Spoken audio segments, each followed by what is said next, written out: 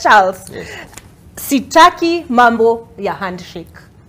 Yes. Raila Odinga was categorical yesterday, but William Ruto maintained that this fella is only interested in politics of blackmail. There will be no handshake. I think that on that one they agree. I think on that particular one, both of them are in agreement. I think we can now move away from that. But is President William Ruto missing the point? Because they've constantly framed the narrative that consistently that Raila Odinga is only after a handshake. Ruto is doing what Ruto must do. He must show Kenyans that these guys are angling for that purely. Everything they are doing, because look at it critically. And I'm amazed Prof is telling us that we should have a recount of votes. We don't even have a commission. We don't have a commission in the first instance. That's number one. That's what I'm saying. Look at it this way. That is number one. What is the evidence? Who is going to release these ballots? And the custodian of those ballots is, we have a secretariat. Is the IEBC. Without the IEBC, there is no commission. Without the commission, just a minute, without the commissioners, in fact, there was a report here just a few minutes ago. Yes, Zainab Bismal filed it. The commission is about the commission and the commissioners and the secretariat. Right now, we don't have the commissioners. We don't have them. So there is nothing that would happen from IEBC that would be legally binding, as it were. So, number one, the process of recruiting the commissioners must be completed. Which process Raila Odinga has a problem with in the first instance, because he's saying you cannot populate IEBC on your own. But so yes, he says stop that process in the first instance. Then he says we want these votes ballots recounted. So he knows. Said an audit. And whatever it is. So who is going to order this audit? Has someone gone to court to order for that? Or what exactly will happen? Who will say do this, and who will be getting the instructions to do that? Yeah, because even the president must operate within the law and the constitution. Yeah, and he knows there are things he can do, there are things he cannot do. So basically, and that's what we said here, all these conversations are not meant for the average person. All these conversations are about starting a political movement. And now, you remember last week we were here, and we said it is all good that the president is in Nyanza, is being received in a very big way, but Raila will pull a move to come back and assert himself, because he cannot stop there. If he was to stop there, everyone would go like, this guy now, he's in government, he's doing very well, he's very happy. That's why his people are behaving the way they are behaving. I think to me what he's done, he's picked two things. He's picked the issue of the elections, which is critical for 2027, and of course the cost of living, which again now is something that we'll work with for the next 4.5 years. That is not going anywhere. So, and he knows that. So he knows with those two issues, it is going to sustain the plans that he has in terms of having himself on the platforms 24/7. We are having this discussion in the first instance right here, right now, because of that conversation yesterday. You can rest assured in a week or a few days, he's going to have another function. And then we'll have this discussion going on. That's what politics is all about. On the other side, the president knows their shortcomings in terms of what the deliverables were, the promises were, 100 days, 200 days, 150 days. What better way than to say, you, my brother, you are the one who is slowing us down. We have everything in place, and the only thing that we need is an environment to deliver on what we want to deliver. And that environment, you're not helping. It's not conducive when you're doing all these things that you're doing. So I think it is a balancing act, like my brothers have said. The government must focus on delivery, the government must focus on communication, because the government must talk about how you arrive at even having the commissioners in office in the first instance. Communicate properly, not through political language. Tell people this is what happens. Justify the several amendments that are there, to the amendment that was there to the IEBC Act. Justify the process, talk about all these things, communicate effectively. Don't just dismiss, but that has to happen. But okay. I think to me, there's a lot of politics coming from both sides.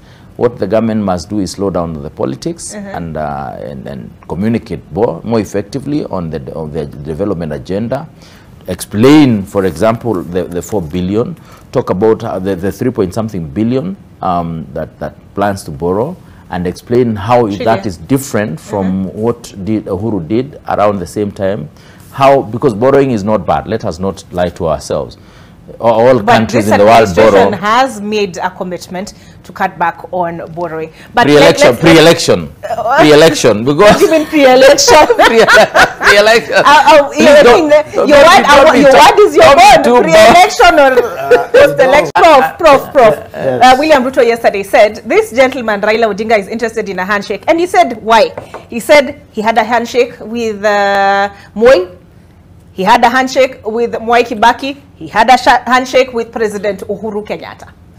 I think I think the president is clever enough to know that this time around Raila may not want an handshake, because the handshake lost Raila this election. If Raila never did any handshake with Uhuru Kenyatta, the last election would have been a coronation for Raila Odinga. Because you remember, Jubilee actually failed in the first term, not even in the second, because I believe Jubilee was the worst administration since, I mean, it was worse than the Moi administration. So, and Raila stayed outside. And Raila came from outside. There would be no William Ruto. Raila would have been elected. But having said that, though, I want to tell my friend here not to oversimplify a very serious matter. Because what creates crisis in an organization, and Kenya is just an organization like you would have in any other company, is when a serious problem is brushed aside. What is he oversimplifying? Now, oversimplifying the fact that we need to address electoral moral practice. Because we have had, I think, 5 elections, only one has not been contested. That is the 202 election. All the other elections, they have been contested, results have been contested. So, what I would do, if you know William Ruto has the best chance of sorting out this thing once and for all. Because he has 5 years. You see, the others, they will come at the end, on the middle, and there is no time. So, it's not true that this problem cannot be addressed because there is no commissioners. Curricular Commission, he came with very serious recommendations. How did it come? From the contact, it was going to the contacting group, the Serena team, okay? We can have a Serena team. Look what the Americans did when there was an attempt at undermining their democracy. They formed a committee of parliament. That committee has produced a report. That report is now going into legislation so that that thing does not repeat again. So we need to take this thing serious. But what Charles is saying, yes, in his defense, if you'll allow me, Charles, to hold a brief for you, is that you have accused him of oversimplifying electoral malpractice. He's saying you cannot not address it at political rallies, communicate effectively. No. What exactly is Raila Odinga proposing when he says the selection panel will allow William Ruto to select the IBC commissioners by himself? He said the people must be involved in the process, but he did not chart, you know, the way forward on that. I agree with the Charles on that one. What I'm saying is that who has responsibility here, who is the bigger person between the government and Raila Odinga? Who has the responsibility of sorting this problem, not ignoring it? It's the government. I think if you allow me, I know Prof is on the, because he has already pulled me into this. The Kriegler report of the 2007 elections, I think we need to appreciate that post-2010, things are slightly different. Even the president, there are a lot of things the president cannot just wake up and do. Are you saying we dismiss everything?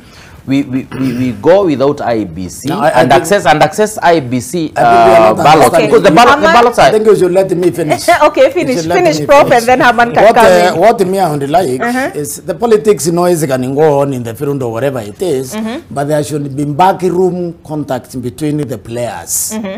Okay, because they're putting Kenya first.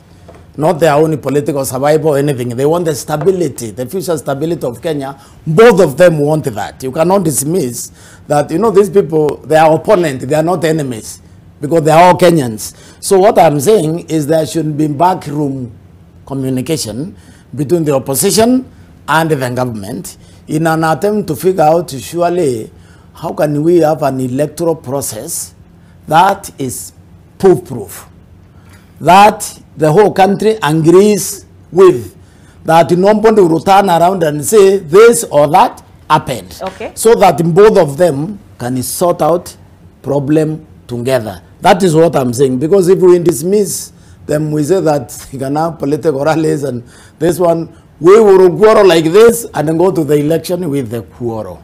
Okay. I would like them to sort it now. How likely is what Prof is proposing, that the two gentlemen will sit at a table and negotiate which way forward on IEBC, given what Charles said, that the law is very clear now that he signed yesterday the amendments to the IEBC Act? I understand what Charles is saying, that you can't do anything now, you don't have IEBC, the law is clear. But you see, the law is as clear as declaring Ruto the president. So he's the president. But where Raila is taking the ball is beyond that. You now go beyond the law. You now enter the arena of politics, which is what he's saying. We got ourselves at a point when politics had to be superior to the law. And that's how come we came up with the National Accord and implanted it into the Constitution of Kenya, allowing the coalition government. So this is perhaps where Raila is taking the ball, beyond the simple provisions of the law, that where people will be forced to sit down. That then brings me to the issue of the handshake. You see, nobody ever wants a handshake. Nobody ever wants to share power. You must be a very strange creature to want to share power. Is like wanting to share your wife with another man, or your husband for that matter. It's not possible. So even in war, nations don't just start by signing peace. They wanakwarusana kwanza, then they sign peace. You see what I'm saying? Now, those who talk about the handshake in a cheap way, cheapening it, I really sympathize with them. Even again, those who are saying, if Raila, like my friend here, Prof, that if Raila had not gone into the handshake, he would be president. Fine. But president of which country? Perhaps there would be no country. That's how you must understand these things of handshake. To understand even Moi and Raila, you must go back 1992. 1990-91, Moi was isolated. Hata mwenyewe walisema wakati wa upepo mkali. But he managed to divide the original fort. And then proceeded to play Kibaki against Matiba. So he knew he would survive. In 1997, after surviving, the atmosphere was becoming bad. Because the opposition had learned that you divided, they will never defeat Kanu. So they were going to gang up against Moi. And Moi was going to be isolated. And as an isolated animal, like I said, he was going to be too dangerous at his age. And that must inform part of the engagement NDP with Raila had with Moi. Thinking big about the country. In 2007, those who were ravishing the country, where were they? We almost lost this country. Other countries have been lost in less serious circumstances. That's not true. Other countries have gone down the drain in much less serious circumstances. So a person who agrees to share his power, like Kibaki, we must celebrate him. A person who could lead the country. Raila was being forced by his people to be sworn in. At that time, the constitution just said by a judge, high court judge. Supposing Raila had accepted to be sworn in, would we have had a country? In 2017, those who forget, this country was torn down the middle. And there was talk of secession. Things were pretty bad in this country. You would board a matatu. I mean, I use matatu a lot. Even now I've come by matatu. You'd board a matatu. And you were just the only one or two people. And there were not even matatus coming to town. Things had gone that bad. This town was not even functional. What kind of country are we going to have if the handshake didn't happen? So what I'm saying is, let nobody rubbish or cheapen the handshake. It is born out of serious circumstances. And it is statesmen who like Uhuru would see, yes, I can cling to power. But what am I doing to the country? I could even finish my 5 years. But what kind of country will I leave to my successor? So you are agreeing to share your power is not a simple matter. And agreeing like Raila to let your victor go is also not a simple matter which we must cheapen. So these fellows, some of them are senior up there. I wonder whether they understand the situation that leads people into a compromise situation. Compromises are not always easy to arrive at in any situation. They're always very, very difficult. At this point, as I conclude, I must say this. Let us know that this country is hurting and divided. And it's up to the leaders of this country to know that this country can go on fire anytime. Why? We have half the country, and there are millions, unhappy with what is going on. You know that, eh? And hurting and in pain. The fact that people are quiet does not mean they're happy. This country has millions of people who are hurting. Let me also tell the government and the people like Raila, they may not know. This country has millions of people who are hurting and in pain, who believe the election was stolen. But the most serious part of it is that there are people in this country who have come to the conclusion that you can never get power in this country through constitutional and legal means. So they are either giving up or just burning inside. No country will be safe with the millions of people burning inside with such a rage in a manner to suggest that it's like we cannot do anything else. Finally, from those millions, there are hundreds of thousands of people in this country who are willing to die. You saw it in Uhuru Park during the swearing in of Raila. Who would have dared to go to Uhuru Park? Who? Except the daredevils. People, everybody knew, even me, I was actually in this studio on that morning with Miguna. And I was telling Miguna, I owe him an apology that nobody will go to Uhuru Park. Here, we left here at 8 with Miguna as he walked down. He wasn't even driving. He went through Intercontinental, then Uhuru Park. I knew nobody would go. The situation was so bad that going to Uhuru Park meant you didn't value your life. But people went. And therefore, leaders of this country, from both sides, and Haji Raila and William Ruto, bravado will not help this country. They must sit down, like he's saying, even if it's in the back room. You can just stamp, lakini huko nyuma, because the country is big, munaitana munaambia lakini hapa kita umana, let's look at 2027, how do we go? I think I agree with it.